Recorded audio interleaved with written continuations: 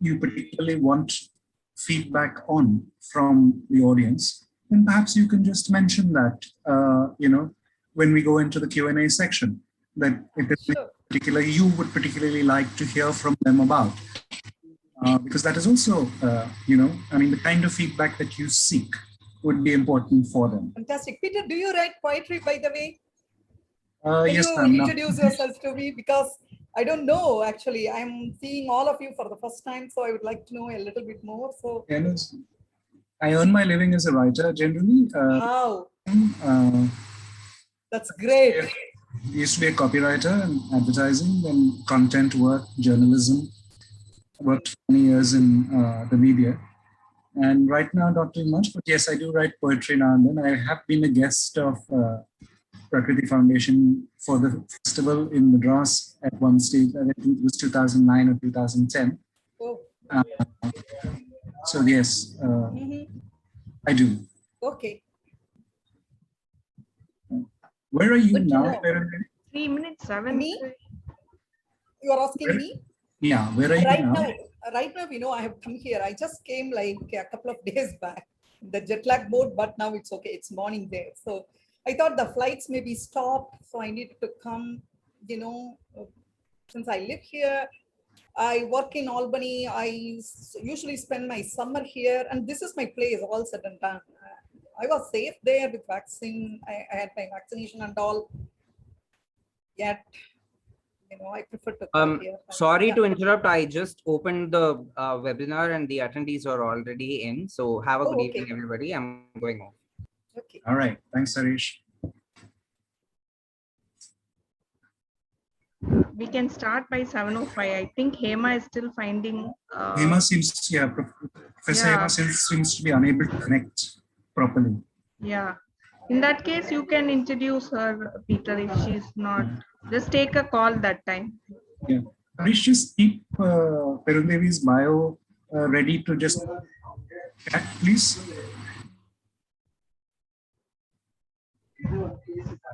Harish?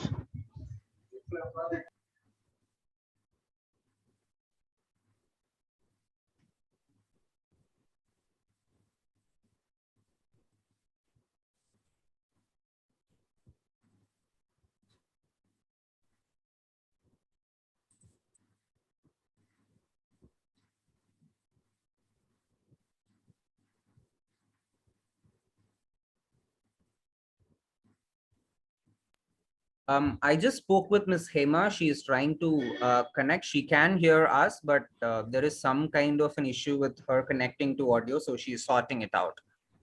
All right.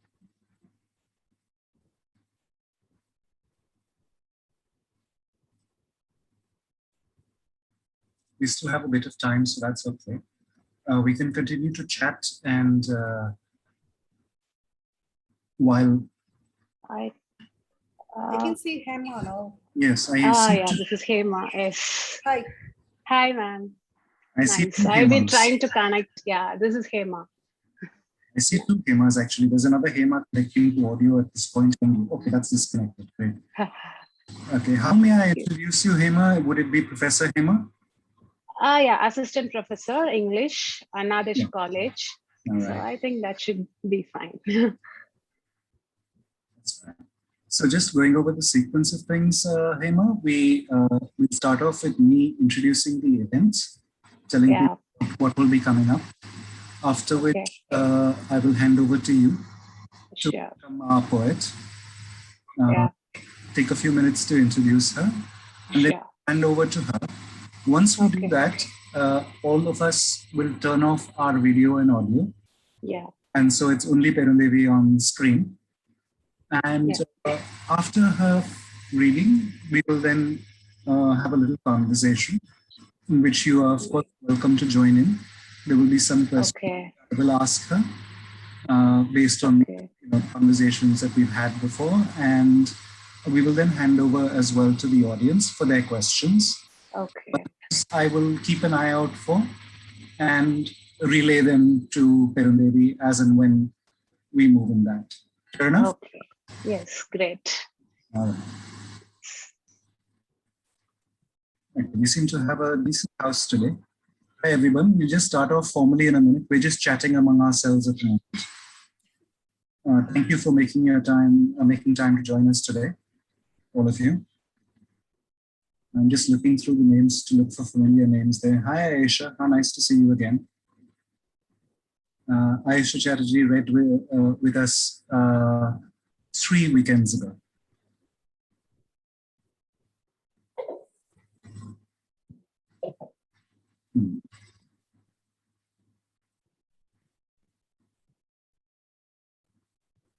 Yes, Aisha, lovely to have you back again. Good morning.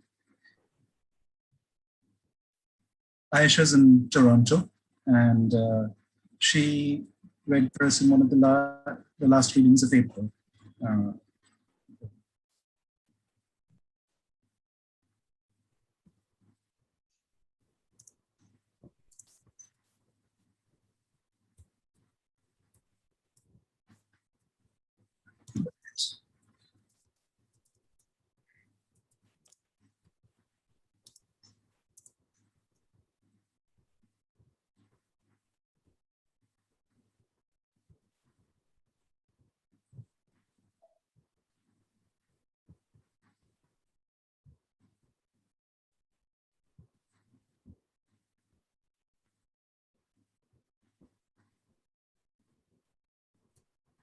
Hema, would it be possible for you? I gather you're on a phone.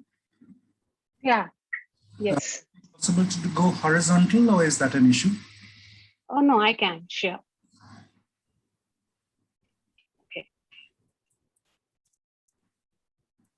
Okay.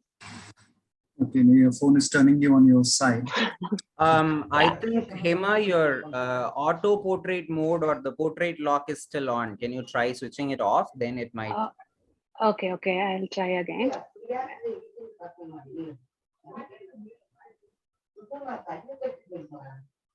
Peter, we can start. Just waiting for Hema to sort out her video. Give it a few seconds. Yeah. Yeah.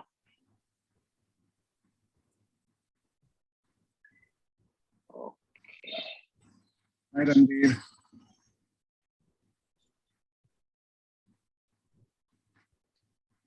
Perfect, Hema. Thank you.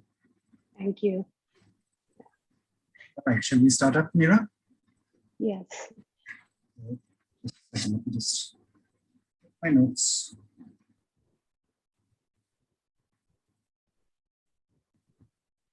Yeah, Harish, if you could paste in Perundevi's biography into the chat window for those of people who are coming here who do not, know her work, that would be cool. Right. Good evening, everybody, and good morning or good afternoon or whatever time of the day it is for you, because we're online. We have audience coming in from all over the world. I know that we at least have one person from the other side of the world right now, Aisha Chatterjee, who read with us a few weeks ago from Toronto.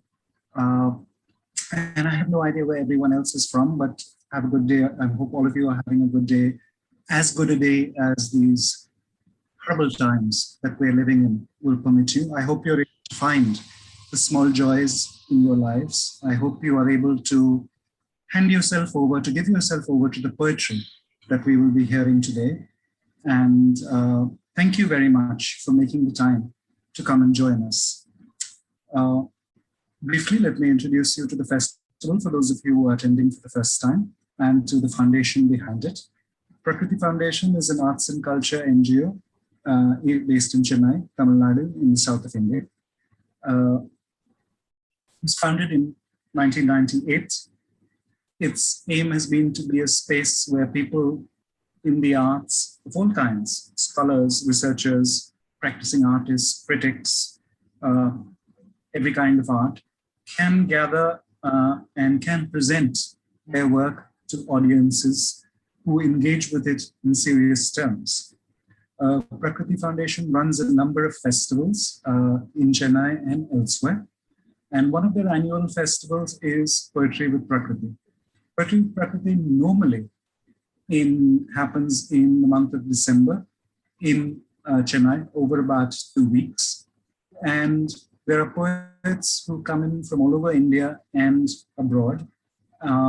who read their poetry, who perform their poetry, who speak their poetry to audiences in a wide variety of venues, ranging from the conventional, things like bookshops and art galleries, to things that are very, very different, like shopping malls or IT parks, or in, in a train or a metro or a bus, or whatever it is. The idea being to bring poetry out and to the people and let people engage with poetry in a variety of different ways. Sadly, of course, due to what all of us everywhere are in the middle of, and the restrictions, therefore, on both on travel and on public gathering, we knew that we wouldn't be able to have the festival in December of 2020, and started out with a plan to do online poetry with Prakriti. So the first 3 Saturdays of every month, there's a different poet each Saturday. They read their work, and then we have a little conversation and we engage with the audiences. And that's been happening right since the end of October, and will continue on till October at the end of this year. Hopefully, we will be able to have poetry with Prakriti in its usual surroundings, but the part of it here is it's no longer restricted as a result of, if one has to find a silver lining to having to do this, is that poetry with Prakriti is now not just Chennai, it is to people all over the world. So thank you everyone who's joined in with us from different parts of the world. And we hope we have an enjoyable evening of community with poetry today. I'm now going to hand you over to Professor Hema from Siena College, who will welcome our poet for today. Hema. Thank you, sir. Good evening, all. Firstly, I would like to thank Prakriti Foundation and Dr. Archana M. Sardana, Head Department of English, Siena College for Women, for arranging this poetry reading session for us. Now, amidst this global pandemic, this session will definitely prove refreshing and intellectually stimulating for the students, I'm sure. Now, the art of poetry is the finest beauty of literature. It is the most essential to human life, like all of us know. Now, learning to live and appreciate life is something we should always learn. And it is always evolving. Poetry is something that is evolving from time and again, like every other technology in the world. Now, in order to eradicate the fear of poetry, I think students will definitely find sessions like this really motivating and interesting. And I'm sure they would nurture interest in poetry for the days to come. So for which I think sessions like this will prove beneficial for the students. And I'm extremely happy that this is happening today amidst all this, global confusion of this pandemic and everything. Now, that said, I'm extremely happy to introduce Dr. Perundevi, who is going to take over today's poetry reading session. Now, over the past 2 decades, Dr. Perundevi has published 9 anthologies of poetry and an anthology of microfiction, now which came out recently. Deeply engaged with contemporary Tamil society and culture, she's a regular contributor of poems, translations, and articles to prominent literary magazines in Tamil literary milieu. She has published an essay volume on sexual violence as a social practice, engaging with Tamil literary text and violence against women. She has also edited a volume of critical essays on the works of the Tamil modernist writer Ashoka Mitra. And academic by profession, Dr. Perundevi, she has a PhD in interdisciplinary human sciences from George Washington University in the United States of America. She's now Associate Professor of Religious Studies at Siena College in Loudonville, New York State in the United States. Now, her research interests include popular religious practices engaging with colonial and post-colonial modernity in South India, global feminisms, and modern Tamil literature and cinema. She has quite a few academic publications to her credit, which include book chapters as well as book reviews and paper published in reputed academic journals. Now, somebody like this addressing our students. I'm sure this is it's going to be first of a kind for our students. They've never had such experience before. They're all young kids, the students audience today, they are young kids, hardly 17, 18 years old. During the classroom sessions, I always ask, whenever we are dealing with poetry, they always have this fear. Normally, the students do not like poetry because they find it very hard to comprehend, and they're not taught to appreciate poetry. So I'm sure sessions like this will cultivate interest for them, and more students will start reading poetry, and I'm sure they will also start appreciating and writing poetry, I suppose. So definitely this is going to be useful for students, and as well as I am looking forward to learn and also probably unlearn whatever I know about poetry as it till now. So I'm really happy it's happening today, right now. So thank you, Prakriti Foundation, and our department head, Dr. Archana M. Sardana.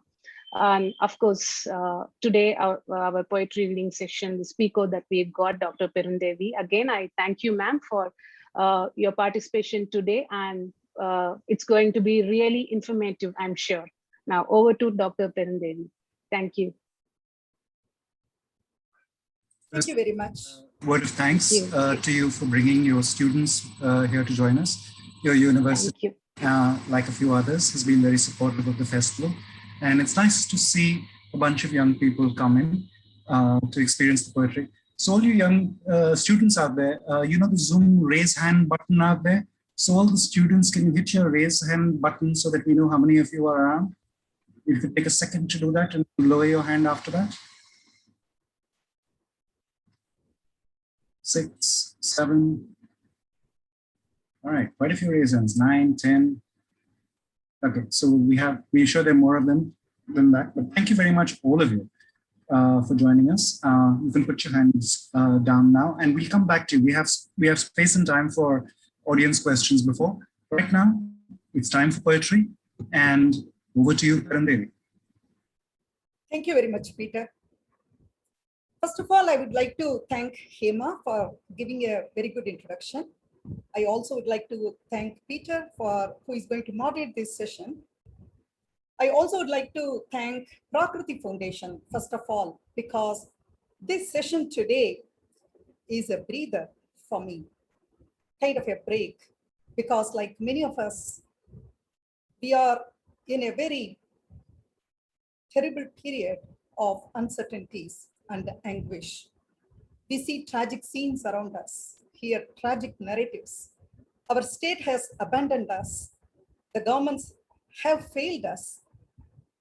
In such a crucial moment, getting a break really matters to me. So thank you, Prakriti, for this once again. I'm going to read poems, mostly in English. I mean, translations in English. And some poems I'm also going to read the original Tamil versions. So the English translations that I'm going to read, I need to thank Mr. N. Kalyan Raman for that, because all the translations are done by him. So I'm going to begin the reading. First poem. Please tell me. I am walking inside this room for some days now. The door has turned into a wall. Is there a house beyond this room? Is there a city outside? Are there temples and beaches in the city? Do waves still rise in the sea? I don't know. Through these days, ordinarily, a few thousand people would have died. Accident, murder, cancer, heart attack. What happened to all of them? What happened to the corpses? The pace of my walking has increased by several miles inside this room. I fly from one step to another. I drop down like a moth. I play dead. I need to know right now what will happen to my corpse. I'm going to read the Tamil original of this poem. யாராவது சொல்லுங்களேன், இந்த அறைக்குள்ளேயே நடந்து கொண்டிருக்கிறேன் சில நாட்களாக. கதவு சுவராகி விட்டது. அறைக்கு வெளியே வீடு இருக்கிறதா? வெளியே நகரம் இருக்கிறதா? நகரத்தில் கோயில்கள், கடற்கரைகள் இருக்கின்றனவா? கடல் இன்னும் அலை வீசுகிறதா? தெரியவில்லை. இந்த சில நாட்களுக்குள் சாதாரணமாக சில ஆயிரம் பேராவது இறந்திருக்க வேண்டும். விபத்து, கொலை, புற்றுநோய், மாரடைப்பு, எல்லாரும் என்ன ஆனார்கள்? பிணங்கள் என்ன ஆயின? அறைக்குள் என் நடையின் வேகம் கூடியிருக்கிறது. இப்போது பல மைல்கள், ஒரு அடியிலிருந்து இன்னொன்றுக்கு பறக்கிறேன். ஒரு பூச்சி போல் கீழே விழுகிறேன். செத்து பார்க்கிறேன். என் பிணத்துக்கு என்ன ஆகும் என இப்போது தெரிந்தாக வேண்டும். So I'm going to read the next one. Who am I? Who am I? Who are you? Poor thing. You thought the I in my poems was indeed me. It is nothing. I is a poetic convenience or high delirium. In truth, I am a bottle gourd shell blown in by the wind. No, no, I do not possess the mythical value ascribed to a bottle gourd shell. Let me put it correctly now. Listen, I am an empty can of Coke tossed away by a passerby. Yes, I am a can. I will keep on rolling for the rest of my days as leftover. Well, what about you? If you are an empty Pepsi can, just go away. As I slide towards that thorn bush to lie buried without decomposing in the dirt, don't barge in to compete with me. I thought I'm going to read the Tamil version of this poem as well, just to give a sense of how Tamil sounds. You know, only for the first 3 or 4 poems, I'm going to read the Tamil version.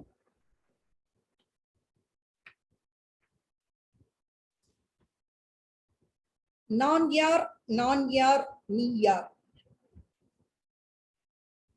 என் கவிதையில் வருகிற நானை நான் என்று நினைத்து விட்டீர்கள். பாவம், அது சும்மா. நான் ஒரு கவித்துவ வசதி.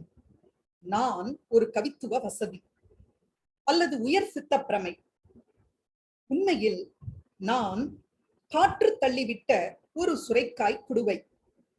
இல்லை இல்லை, சுரைக்காய் குடுவையின் தொன்ம ஆச்சார மதிப்பெல்லாம் எனக்கில்லை. இப்போது சரியாக சொல்கிறேன், கேளுங்கள். நான் ஒரு வழிப்போக்கன் விசிறி அடித்த காலி கோகோ கோலா டின். ஆமாம், டின். இப்படியே உருண்டோடுவேன் சொச்ச நாளும் மிச்ச மீதியாய். ஆமாம், நீங்கள் காலி பெப்சி டின் என்றால் தள்ளிப்போங்கள்.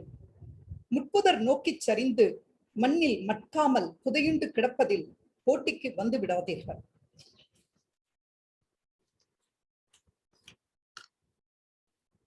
So the next one is titled விளையாட்டு in Tamil. In English, Kalyan Raman has translated this into Leela. An ant swims in a tumbler full of coffee. It's a rare moment when I feel all powerful like God. Hey ant, why don't you flutter your wings a little more as you swim? Why don't you raise any 2 of your 6 legs? Pay me obeisance. So let me read the Tamil version, Tamil original.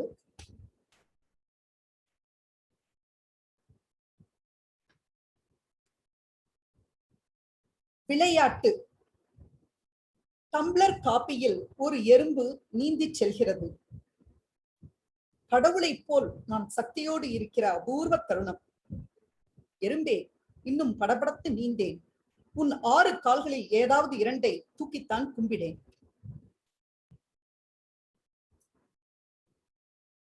The next one,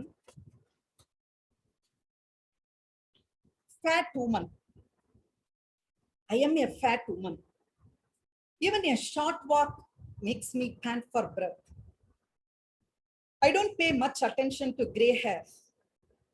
I need glasses to read the fine print. Still, I cannot read. I fall pleasantly asleep. No racy dreams. Lying on the bed at night, I look out the window. A profuse festivity of stars. When will that foolish God get that there is no need to furnish proof with such spectacle? So in Tamil, the poem is titled Udal Parutha Pen. I'm just going to read it in Tamil. Udal Parutha Pen. நான் உடல் பருத்த பெண். நடக்கும் போது மூச்சு வாங்குகிறது. நடைகளை பற்றி கவனம் இல்லை. கொடி எழுத்துக்களை படிக்க கண்ணாடி தேவைப்படுகிறது. ஆனால் படிக்க முடியாது. எனக்கு சுகமாக நித்திரை வருகிறது. எந்த கனவு கோளாறும் இல்லை. இரவில் படுக்கையில் படுத்தபடி ஜன்னல் வழியாக பார்க்கிறேன். ஒரே நட்சத்திர கோலாகலம். இப்படி நிரூபிப்பதெல்லாம் அவசியமே இல்லை என்று எப்போது புரிய போகிறது முட்டாள் கடவுளுக்கு?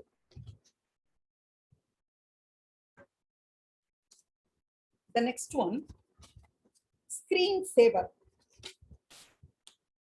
I have kept a hibiscus as the screen saver on my phone. Whether it is day or night, the flower is constantly in bloom. It is nothing special, of course. I can playfully raise or lower the brightness of the blue sky in the background. Why? I can even change the very color of the sky. The hibiscus in this screensaver seems slicker to the eye, feels more intimate than the old hibiscus, pale red and crawling with ants in the backyard. And its compact sky fits snugly in my palm.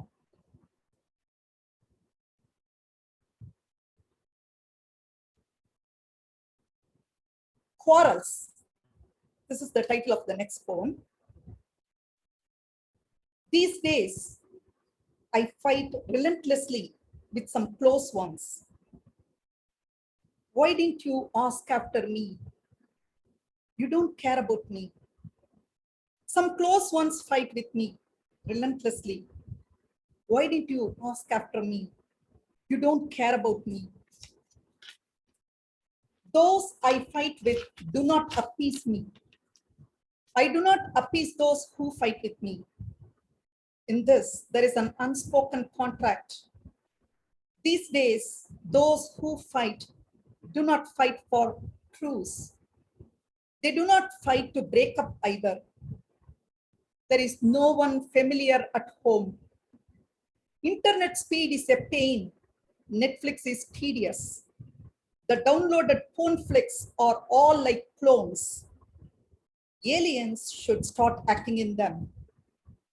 A ceaseless, arousing fight strangles your neck with one hand and serves you wine with the other.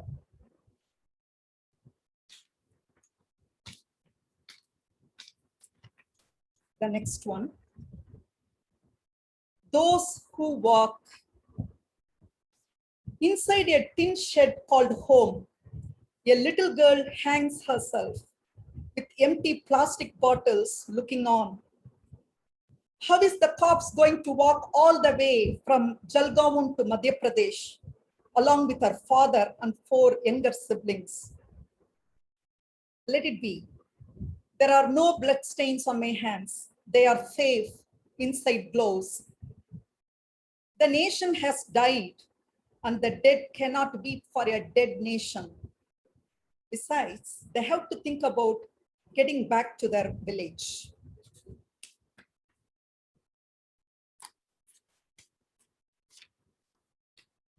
The next one, This too is that. Forgetting is a little bird fluttering its wings. The peacock feather it has fetched was never lost.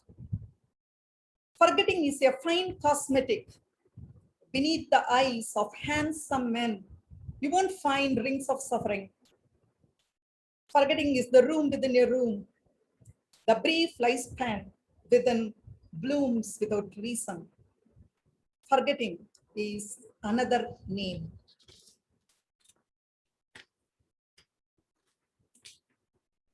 The next one, befriending a neighbor. You are veg, aren't you? The cook in your house, what's her caste? Is this your own house? What about the other one then? The lift in our building is not for use by any riffraff. The painter goes up and down in it as if entitled, like royalty. Don't let the watchman enter your house while you are talking to him. There is a separate toilet in the backyard for the servants. Even if it is open, they have to ask us for permission. We pay a fortune of 2,000 rupees to our maid. And you? Half the time she's on leave. Because we object, we have earned a bad name. Don't pay anything over 100. Then we also have to pay the same. The times are bad. Don't you ever wear a dot on your forehead?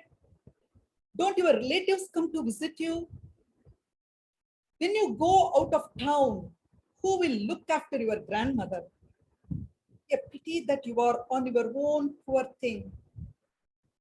Is it your uncle's son who comes to your house regularly? The fruit vendor woman is a real crook.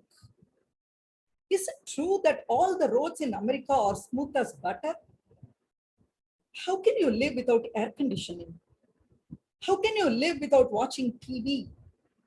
How can you live alone here? How can you live alone there? How and why do you live? How? How?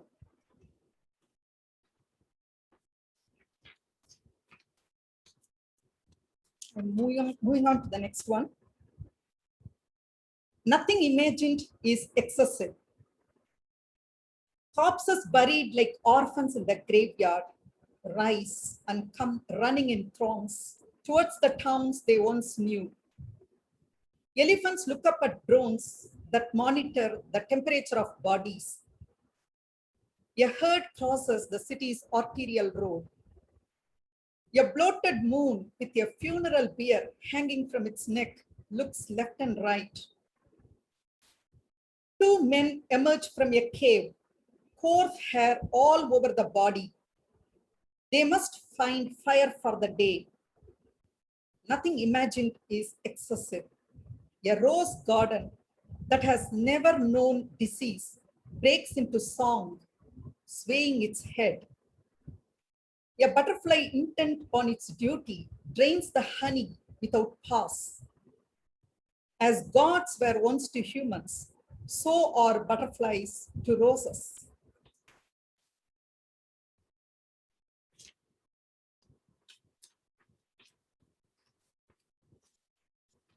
The next one. Shall we move on already? The voice in my poetry is not mine. I will not take responsibility for its outcries either.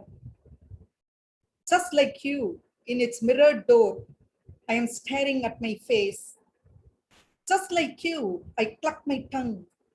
Cha-cha, how could such things happen here? Just like you, I grow red in the face. Anytime now, the sky may crumble and fall. Why are we standing at the gates of a lunatic asylum?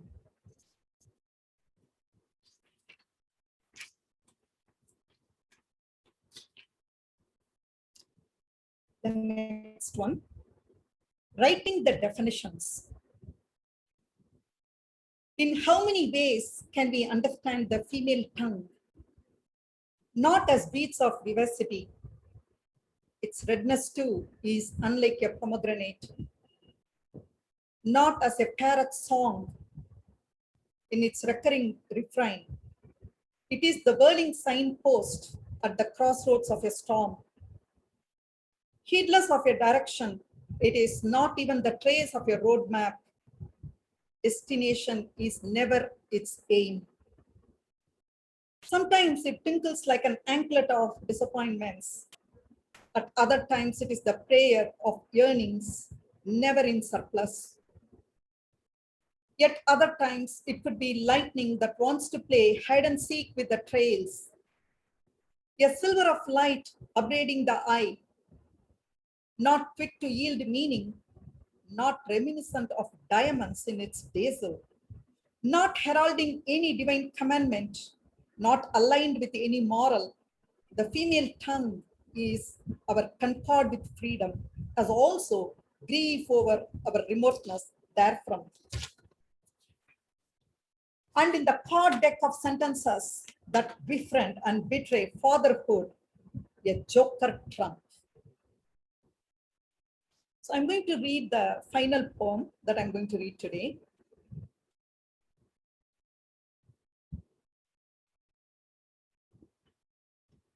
Reading an anti-poem. An anti-poem does not love you, nor does it seek its own image in your eyes. Believe me when I say, don't stare at it. It won't take long to freeze over. Thank you.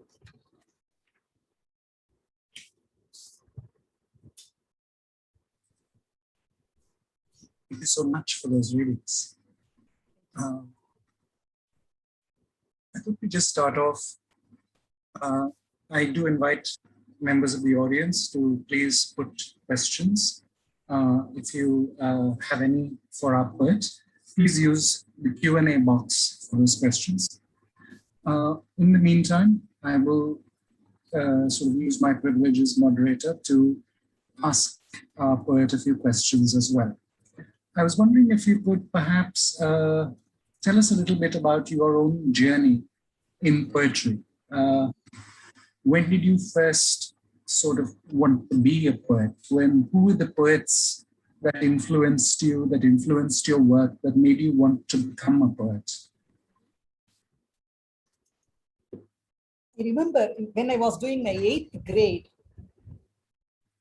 I had a fantastic Tamil teacher who introduced the Silappatikaram, one of the 5 great epic poems in Tamil. So Silappatikaram was something, that actually motivated the interest in poetry. So I was only in 8th grade, as I said. So I was kind of trying to write a particular canto of Silappatikaram into modern Tamil. So that was the very first attempt my teacher praised me. Obviously, it was not that great, but, in order to encourage me as a student, she was generous enough to do that. How old were you? Pardon? How old were you at this? 8th grade. That means maybe 12, 13. 12 or 13, yeah, okay. Around that, in my teens, early teens. Mm-hmm. And later on, I picked my energy and interest from that. And I started writing poetry because I lived in Triplicane or Thiruvalikeni for a while. And I used to attend the literary meetings organized by Alagiya Singer, author and an editor of a little magazine, Virksham. So as I was attending literary meetings, there were like meetings given by in which Jnanakuthan read his poems and so on. So I also started writing poetry, but I was kind of hesitating to publish them. Alagiya Singer actually it was he who first published my poetry. And when he first asked me, I was petrified. I thought, oh, these are not good stuff. And I was very afraid because we get like stalwarts like Atmanam, Jnanakuthan, Pramil, Brahmarajan. So I was very afraid, but then eventually, I kind of started swimming in the sea. What were the reactions that your poetry got, your early poetry, your first collection, your first poems that you published? What kind of reactions did you get? My first collection is titled Thirai Thookam, and I would like to disown it now because anyway, but when it came out, it really, even though there was not like widespread response, it suddenly caught the attention of some of the major poets. I remember how Brahmarajan praised it, and he came all the way to my house just to see me. He's a young poet who has published this collection. So even today, some contemporary poets like Tenmuri Das and others cite Thirai Thookam as as the best collection of mine, but I kind of disown it because I do think it has a lot of cryptic language in it, and I slowly moved from the usage of cryptic language to the direct style, direct language, and plain poetry. And in that, I was very much influenced by Nicanor Parra, the father of anti-poetry, so to speak. And I'm also influenced by Charles Bukowski, who is my favorite poet of all time. Of course, and in Indian poetry, I really like Dilip Chitre. I'm very fond of him, Marathi poet, bilingual poet. In Tamil, I'm very fond of Atmanam and Jnana Kutan. These are my influences, to say.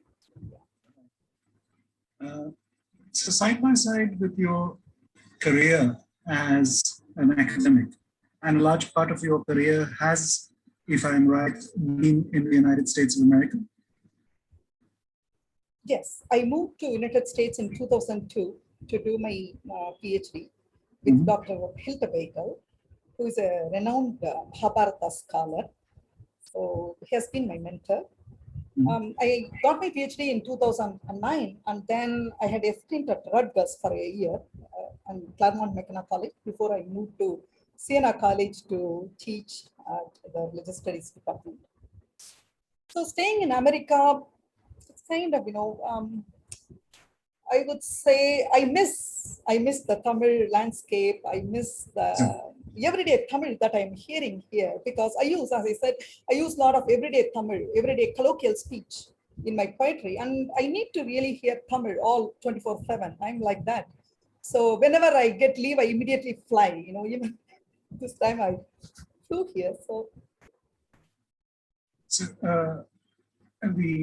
the academic life and the literary life, in the sense, a lot of people, academics that I know, poets who are also academics, tend to be in the study of literature. Your field of study is religious studies, right? How does your research, your chosen field of academia, how does it interact with your poetic practice? How do they feed off each other? Actually, that's a difficult question. But before that, my field of studies is not simply religious studies. It is interdisciplinary. It involves a lot from women's studies. And I also use ethnography, so therefore cultural anthropology.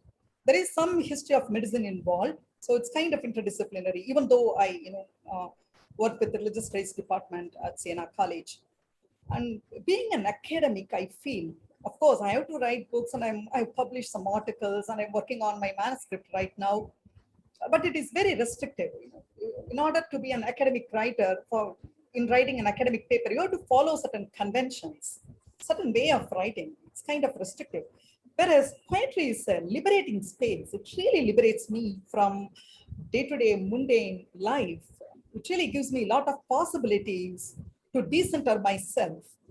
So basically these both, I would say, sometimes they don't go together very well. Yet I use poetry in my classroom. I try to kindle interest in my students, asking them to read poetry. But being an academic, I would say, it does not help my poetic practice, even though my poetic practice helps my career as an academic. So it is poetry which is all giving, more than the academic work, academic state. A lot of... I'm seeing some question here. So would you like me to take it? Yeah. We'll come to that in a minute. Yeah, okay. Yeah. So as yes, also with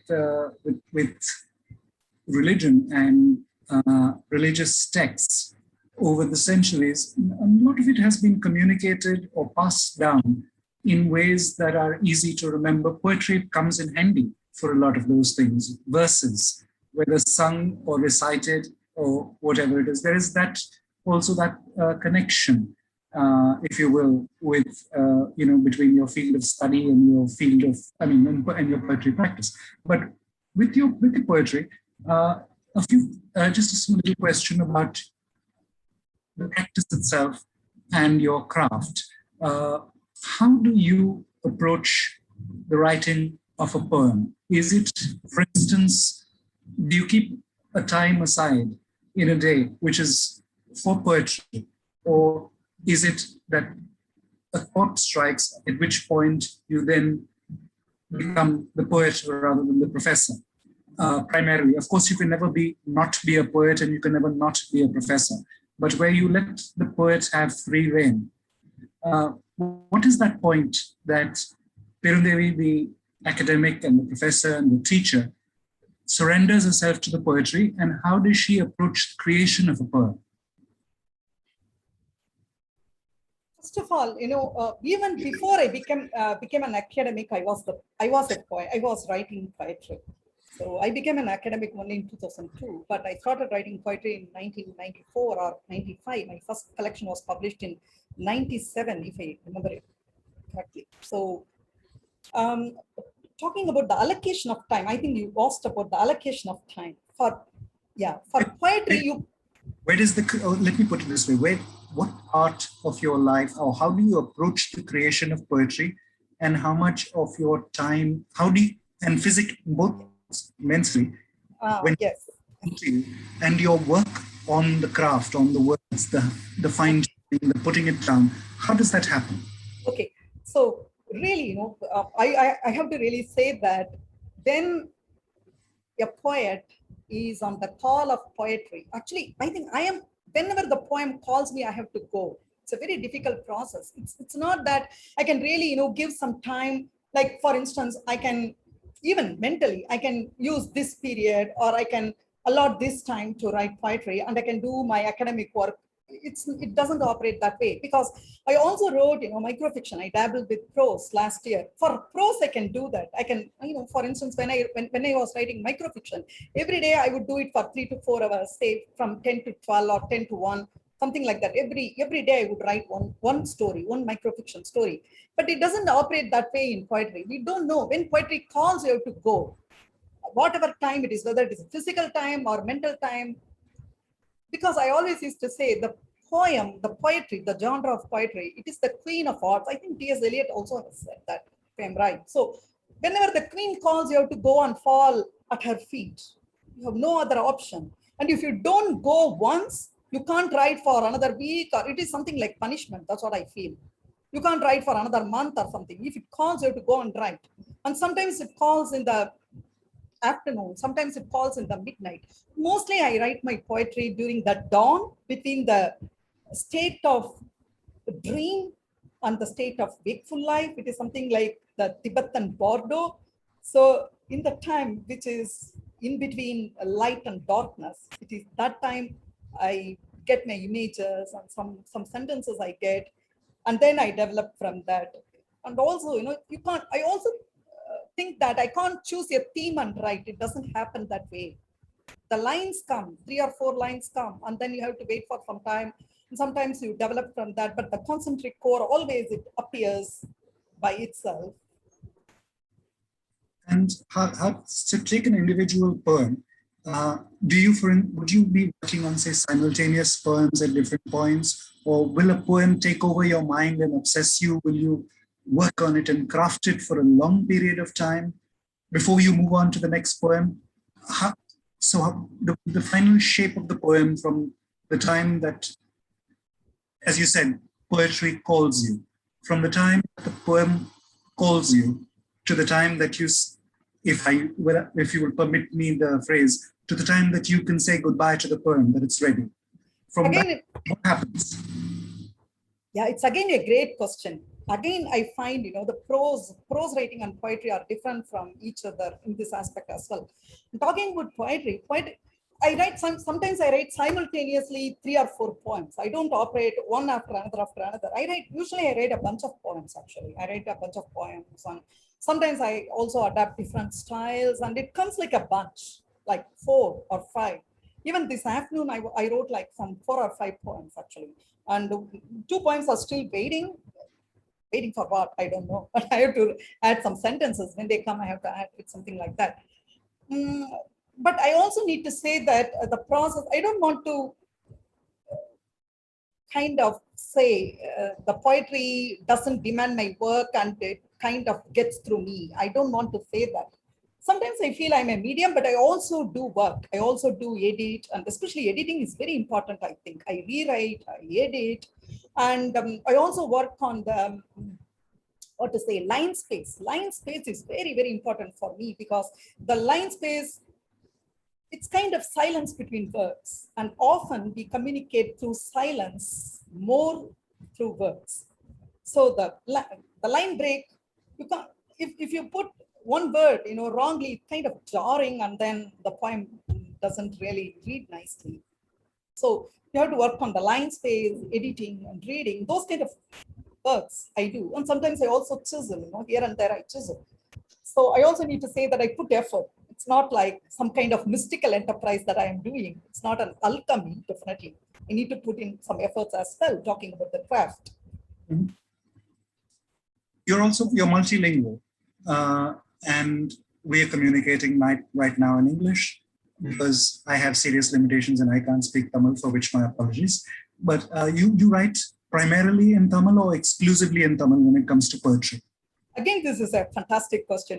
I can write only in Tamil, not only in poetry, not only talking about the poem. Even when I was writing microfiction, actually someone asked me, why can't you translate the microfiction by yourself? I can't do translation from Tamil to English because I'm basically a Tamil person. So regarding creative work, I can do only in Tamil.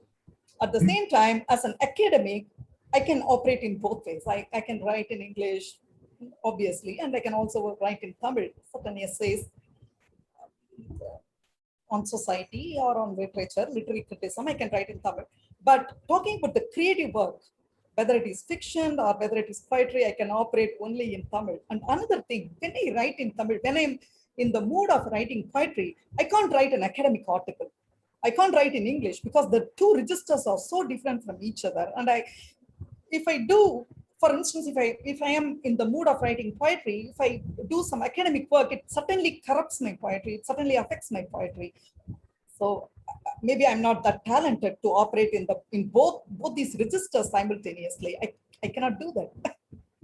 So I do think, when I do my creative work, it's time for creative work. Yeah. Which also answers, I think my next question was going to be, since you are fluently bilingual, I'm saying bilingual because I don't know how many other languages you speak, but I do know at least the Tamil and the English, you're fluent. And therefore, why don't you translate your own poetry? And I think you've kind of answered that already. Let me make time now for audience questions. If we could move to those. I think Aisha Chatterjee's question is, I think, kind of answered. You said her question was, do you find that you write differently in Tamil and in English, and different topics and different thoughts? Would you like to add anything to that, or do you think that's a question? I'm seeing one question which I thought I would respond. It's a little. Yeah. No. Would you care to add anything? How does the translation work? Actually, it talks about, a question is about translation that I'm seeing. So yeah. I also do basic. Talking about translation, I do translate through English. I won't say from English, but via English to Tamil. For instance, right now I am translating Akkama Devi via the translation of Vinaya Chaitanya, who has done this beautiful, rendition of Akkama Devi from Kannada to Malayalam as well as in English. So I am doing the translation of Akkama into Tamil. So yeah, that's what I wanted to add as my work, as my role as a translator. But talking about mostly many of the poems are translated by Kalyan Raman. Some of them are also published in Scroll. And the relationship with my translator is really good. And he is very, very sensitive because he also knows Tamil very well. He knows both English and Tamil very well. And he's a native speaker of Tamil too. So I have a fantastic relationship with him. And hopefully we'll be able to publish an anthology of poems soon. Let us see how it works out. There's a longish question from Abhilash Chandran. Tamil modern poetry is mostly entrenched in romanticism, such as those from Bharati till Devadayan, Kalyanji and others. Even the rebels like Vikramadityan seem to reflect a specific tendency in the Tamil tradition, rooted in the lost rural authenticity, except Atmanam and to some extent Nanakutam. I hope I'm getting all the pronunciations right. We don't see anyone writing in a similar vein as you. In that sense, are you attempting to set in a new kind of anti-poetry based on cosmopolitan life and its non-romantic images? And is this a conscious decision? I cannot really get the first three sentences of the question because the audio was jarring. If you don't mind, could you please repeat? Yeah. Sure. Is the audio clear now? Is it? Yeah, it's kind of, it goes on and off. Yeah. So you can even paste the question if you don't mind. Yeah. Well, okay, you could, if you click on the Q&A box, you can see the question yourself. Oh, yeah, sure. Okay, let me see. First question there from Abhilash Chandra. I don't see that question in the chat. Not in the chat, in the Q&A box. Oh, okay, in the Q&A box. Okay. Tamil modern poetry. Okay, give me a second. Okay, let me read it.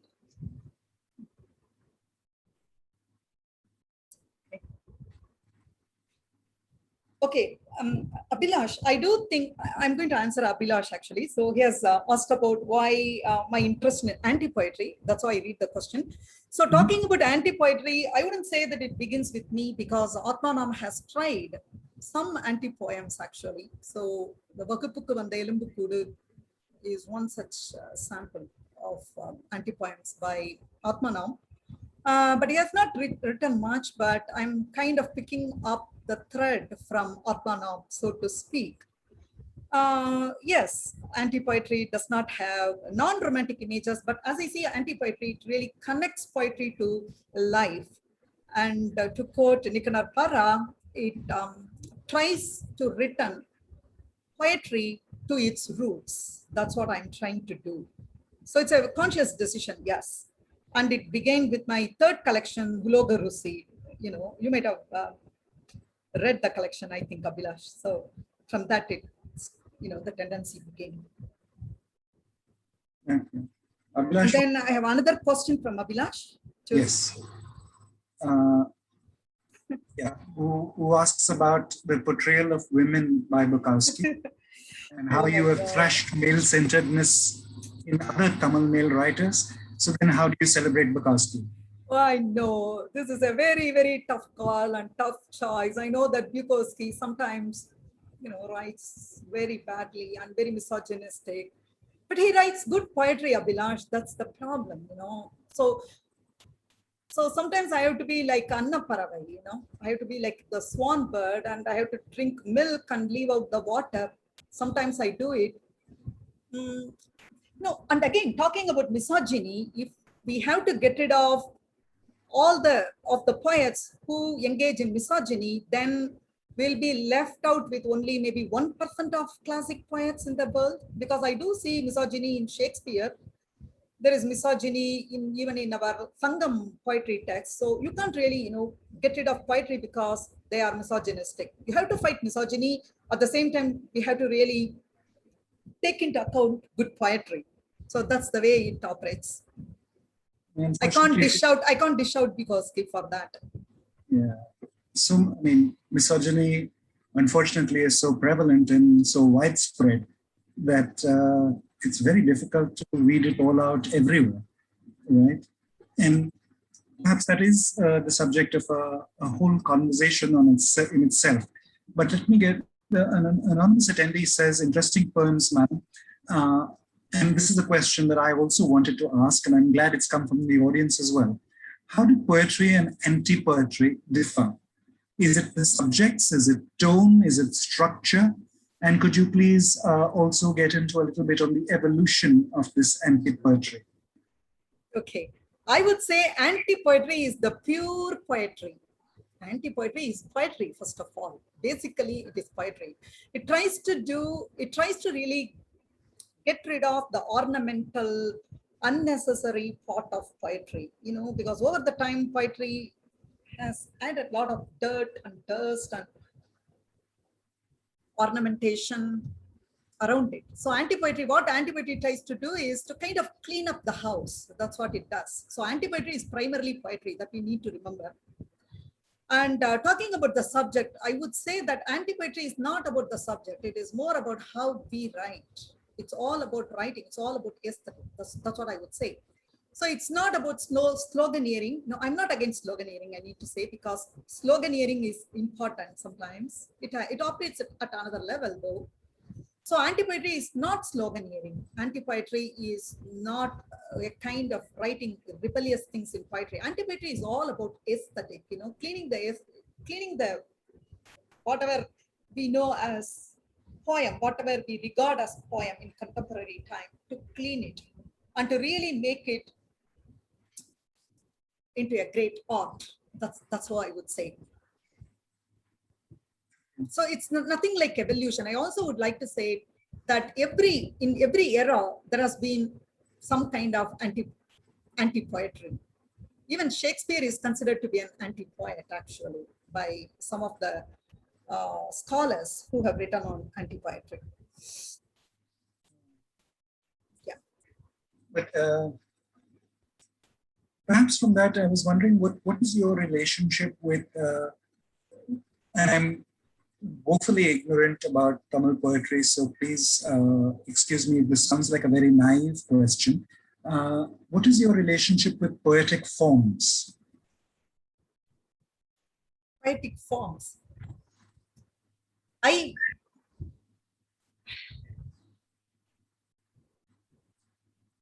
My relationship with poetic forms right now, actually this is, I really do not want to kind of comment on that, because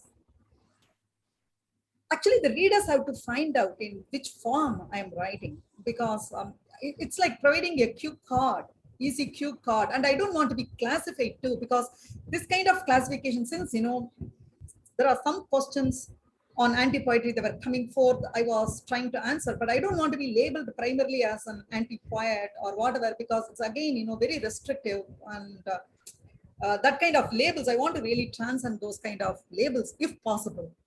But I've also experimented in lyrical kind of poetry, I would say.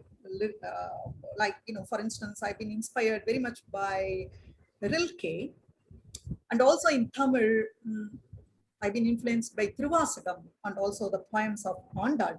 So I have experimented in lyrical poetry too. So it's not simply, whatever we call anti-poetry. I have attempted. I've also experimented in lyrical form as well. Okay. Shruti B has a question which I will interpret a little bit and I will add to. Her question is, how do you connect all your poems with all your audiences? And to which I would possibly add, as someone who spends a large part of her life in the United States, where the chance of connecting with your audiences in Tamil is comparatively much less than when you're back in India. But connect with your audiences, where does it come from? And push that a little bit further. Do you consider that, where do you stand on how is your poetry best experienced? Would it be best experienced off the page? Would it be best experienced hearing it? Would it be best experienced, in your opinion, across a room with you? Where do you stand on this? I would really like to answer to the last part, first begin with that actually. I really think the poem would connect much better from the page than through reading, because I do think, of course, we have to do these kind of readings because that is where, connecting with the audiences come. Today I'm seeing like at least 70 to 80 people have attended this session. So I can really connect with a huge number of participants. And that is one opportunity that we get through these kind of poetry readings. At the same time, I do think a poem could communicate much better if it is read in silence, and especially talking about the modern poetry or postmodern poetry, it really would make better connection with the reader if it is on page. That is how I see it, because in the page, you can go through, you can reread it, and you can also, give your own space, your own, kind of gaps between the words, and you can do your interpretation as you read. You can go back and forth between interpretation and reading, all kind of things you can do. But when you hear, that's it. You have to really catch it at the very first instant in which you hear, or you have to play back the audio over and again if it is a recording. So I do think, I do prefer the page, the physical page or the page on the internet compared to the reading, the audio. That's how I want to say. And talking about the audiences, I do say, I would say that I have my audience mostly in Tamil than in English. Maybe then a translation volume comes forth, I have to see where my audiences lie. But right now, I have some of the poems have been translated, but an anthology has not come out. So we have to see how it is going to be read, if at all it comes out. So yeah, but I do, talking about the themes, I do write about American life too. For instance, some of my poems deal with the hollowness of multicultural gestures.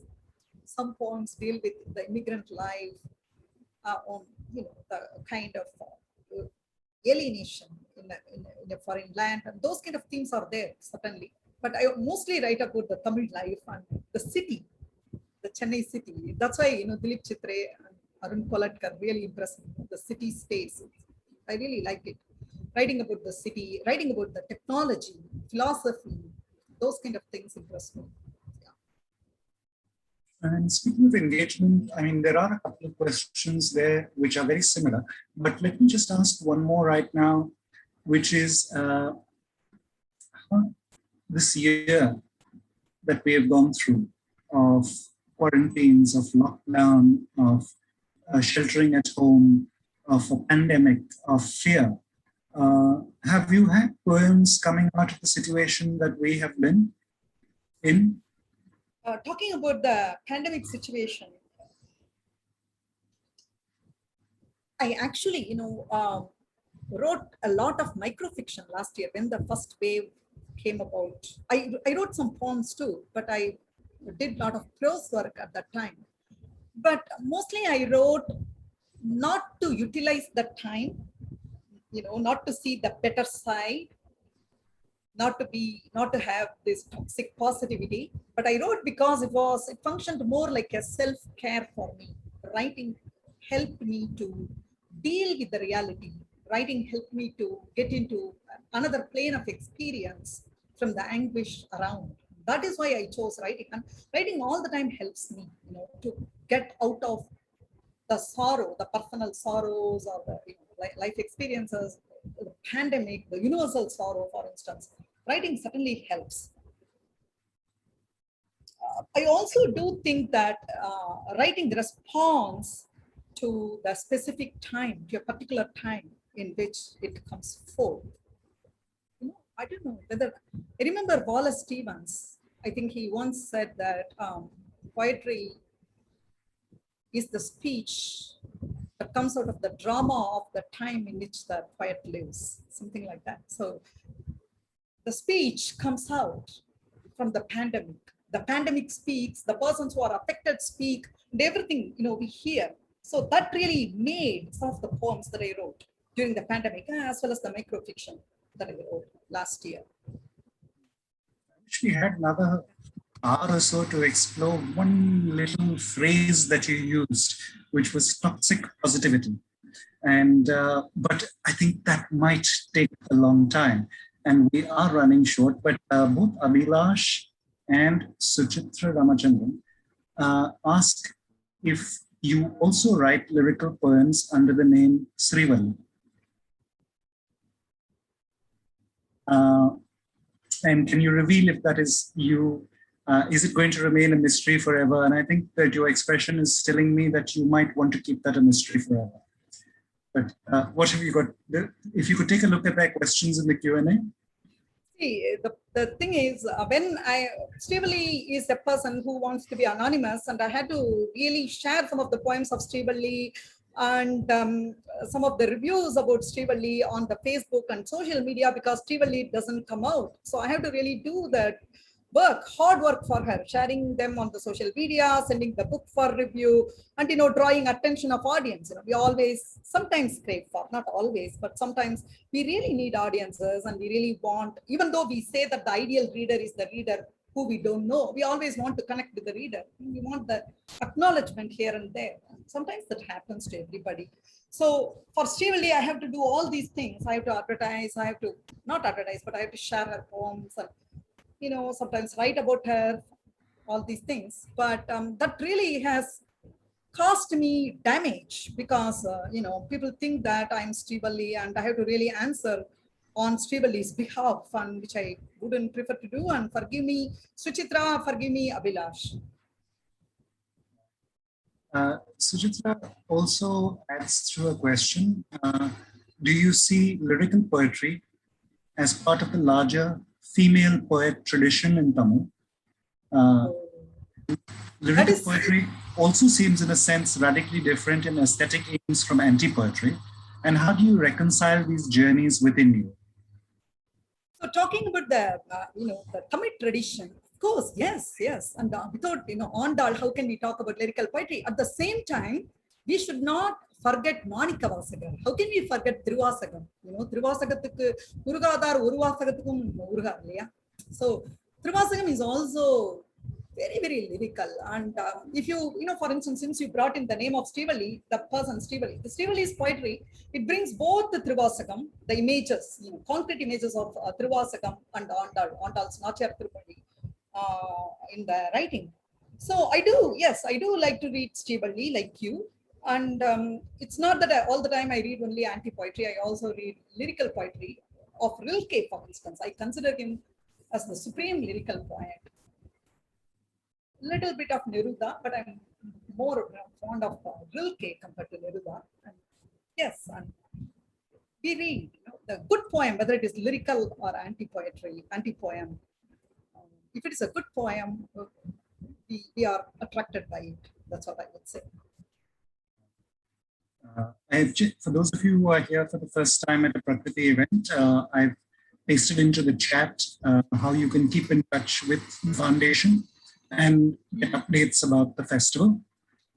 We are a little bit over time right now, so we like to conclude with a poem rather than the conversation about it. The conversation has been fascinating, and thank you for all those answers, and thank you folks in the audience for your questions. But could we now ask you to conclude this evening with another poem, please? Thank you, Peter. It's a very short poem, so it's not going to take a lot of time. The winter is gone. Spring festival of cherry blossoms in Washington next week. But I'm not going. You need a soul to see them. I have only a smartphone. Thank you. Thank you so much. Thank you to everyone in the audience who made the time to come here today and be with us. We know that it's a hard time everywhere for all of us. Those of us in India, people in other parts of the world, we're going through a lot right now. Thank you for making a little time for poetry today and for joining us. Thank you for your interesting and involved questions. Thank you to Prakriti Foundation for this festival. Thank you to Anna Adarsh College for bringing your students to join us today, and Professor Hema for being with us today as well. And thank you, Perundevi, for sharing your poetry and for sharing your views with us. I'm going to ask for just a second if everybody who's on video could briefly turn on your video so that we could take a little screenshot from the archives. Harish, Professor Hema, Ranveer, if you so desire, could you please turn on your video for just a second? Should I do that too? Yes. Everyone's video, yeah, yours is on, not to worry. Hi, Ranveer, good to see you. Hema, you may want to turn your camera has turned sideways, Hema. It's on. Perhaps just keep the phone vertical, it's okay. That's perfect. Okay, okay. Perundevi, please turn on your video. You've turned your video off. Okay, I'll do that. And Harish, could you step in with your video, please? Peter, I don't think I can turn my video on. I'm really sorry about it, but please go ahead. No issues. So everyone, could you give us a smile so that we can have one shot for the archive? Thank you, everyone. And a very good evening to everyone. And we hope that we will be able to see you next week. Who we got next week, Meera? Hey, Ramesh. Yeah, K. Ramesh is joining us next Saturday for the third reading of this month. Please do join us again. Thank you, everyone. And Perundevi, again, thank you very much for the evening of your poetry. Thank you. Thank you so much. Can I ma'am. switch off the video now? Thank you. Thank you, ma'am. Yeah. Yep. Thank you, Meera. Thank you, Thank Peter. you so much. Bye. Thank you, Harish. Thank you.